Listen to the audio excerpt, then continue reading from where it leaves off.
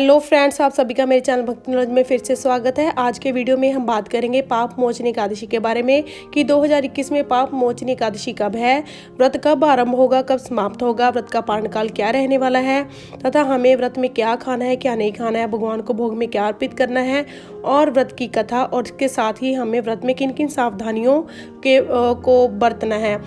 दोस्तों, वीडियो को आप अंत तक देखें क्योंकि इस वीडियो में आपको पाप मोचनी एकादशी के व्रत के बारे में पूरी जानकारी दी जाएगी। अगर आपको वीडियो अच्छा लगे तो उसे लाइक और शेयर करना और मेरे चैनल को सब्सक्राइब करना। दोस्तों, जो चैत्र मास की कृष्ण पक्ष की एकादशी है उसको पाप मोचनी एकादशी कहते हैं। इस दिन भगवान विष्णु की पूजा होती है। इस दिन भगवान विष्णु को जो है के नाम पर व्रत रखा जाता है। इस व्रत में बहुत सी बातें हैं जिन्हें हमें व्रत रखकर ध्यान में रखना जरूरी होता है।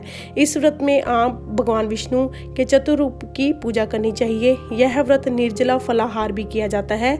सुबह उठे आप स्नान से निवृत्त हों, भगवान सूर्य को और अपने पितरों को जल अर्पित करें। फिर आप भगवान विष्णु की पूजा करें जिसमें आप भगवान विष्णु को फल फूल माला अर्पित करें। भगवान विष्णु के किसी भी मंत्र का आप जाप कर सकते हैं, जैसे ओम नमो नारायण और ओम नमो भगवते वासुदेवाय। आप अधिक से अधिक आज माला का जाप करें। भगवान को तुलसी पत्र अति प्रिय है, आज के दिन आप भगवान को तुलसी का पत्र जरूर अर्पित करें।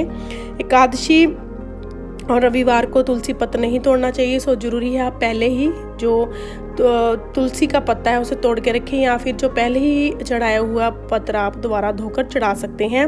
भगवान विष्णु को चावल अर्पित नहीं किए जाते, आप जानते हैं, तो उनको आप सफ़ेद तिल भी अर्पित कर सकते हैं। इस दिन आप कथा जरूर सुने क्योंकि कहा जाता है इस दिन कथा सुनने का फल जो है 100 गोदान के बराबर माना जाता है। सुबह शाम भगवान की आरती करें। एक महीने में 2 एकादशी आती है, एक अमावस के 11वें दिन और दूसरी पूर्णिमा के बाद 11वें दिन। एकादशी का अर्थ होता है 11वां दिन। एकादशी व्रत में हमें क्या खाना चाहिए क्या नहीं खाना चाहिए, मेन रूप से आप इन बातों का ध्यान रखें कि अन्न, दाल, मटर, सेम को आज के दिन आपको नहीं खाना है। गेहूं में आप चावल इत्यादि, सरसों का तेल के दाने, सरसों का तेल, सोयाबीन, ये सभी चीज़ें आप ना खाएं। तो फिर आप क्या खा सकते हैं? अगर तो आपने निर्जला व्रत रखा है तो फिर आप पानी भी नहीं पी सकते। अगर आपने फलाहारी व्रत रखा है तो आप फल ले सकते हैं तथा वह सारे अनाज जो कि फलाहार में आते हैं, जैसे कुट्टू के आटे की बनी रोटियाँ, कुट्टू के आटे की बनी हुई बर्फ़ी या फिर पूरियाँ आप बनाकर खा सकते हैं। और आज के दिन जो आपने नमक इस्तेमाल करना है वो सेंधा नमक होना चाहिए, सफ़ेद नमक का इस्तेमाल नहीं करना है। आप इसके अतिरिक्त सवा के चावल भी खा सकते हैं, दूध दही पी सकते हैं, चाय पी सकते हैं, कॉफ़ी पी सकते हैं। तले हुए आलू होते हैं उनके आप मीठा हलवा बना सकते हैं और या दही में डालकर खा सकते हैं, लेकिन आपको आज के दिन सिर्फ अन्न ही खाना है, इस बात का ध्यान रखें दोस्तों।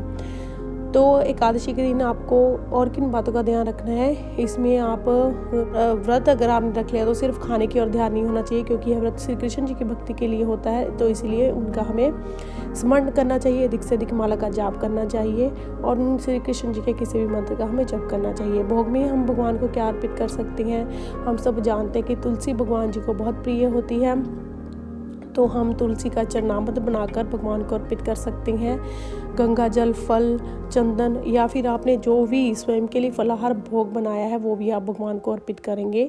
इस दिन आप चुगली ना करें, झगड़ा ना करें, बाल ना खून ना काटें, मांस मदिरा का आज के दिन आप सेवन ना करें तो बहुत ही अच्छा होगा।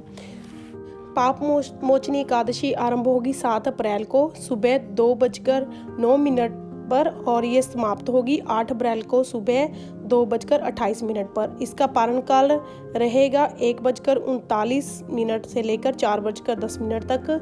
इसकी अवधि 2 घंटे 31 मिनट तक रहेगी, तो इस समय के दौरान आप अपना जो है भोजन कर लें।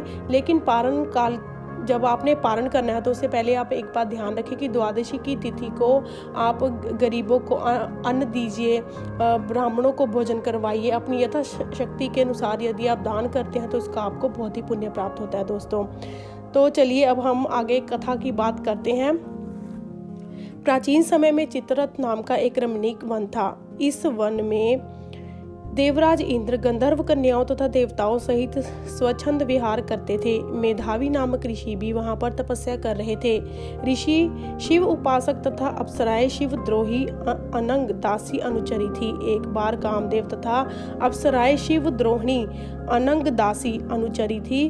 वह कामदेव ने मुनि का तप भंग करने के लिए उनके पास मंजू घोष नामक अप्सरा को भेज दिया। युवावस्था वाले मुनि अप्सरा के हाथ भाव नृत्य गीत तथा कटाक्षों पर काम मोहित हो गए।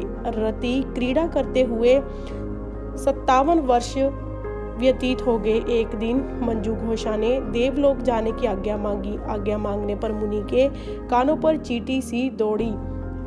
उन्हें आत्मज्ञान हुआ कि मुझे रसातल में पहुंचाने का एकमात्र कारण अप्सरा मंजू घोषा ही है। उन्होंने मंजू घोषा को पिशाचिनी होने का श्राप दे डाला। श्राप सुनकर मंजू घोषा ने कांपते हुए मुक्ति का उपाय पूछा। तब मुनि ने पाप मोचनी एकादशी का व्रत करने को कहा। वह मुक्ति का उपाय बताकर पिता च्यवन के आश्रम में चले गए। श्राप की बात सुनकर च्यवन ऋषि ने पुत्र की और निंदा की तथा उन्हें पाप मोचनी चैत्र कृष्ण एकादशी का व्रत करने की आज्ञा दी। व्रत के प्रभाव से मंजू घोषा अप्सरा पिशाचिनी देह से मुक्त होकर देवलोक को चली गई। सो दोस्तों, मैं उम्मीद करती हूँ कि आपको मेरा वीडियो अच्छा लगा तो उसे लाइक और शेयर कीजिए और मेरे चैनल को सब्सक्राइब कीजिए।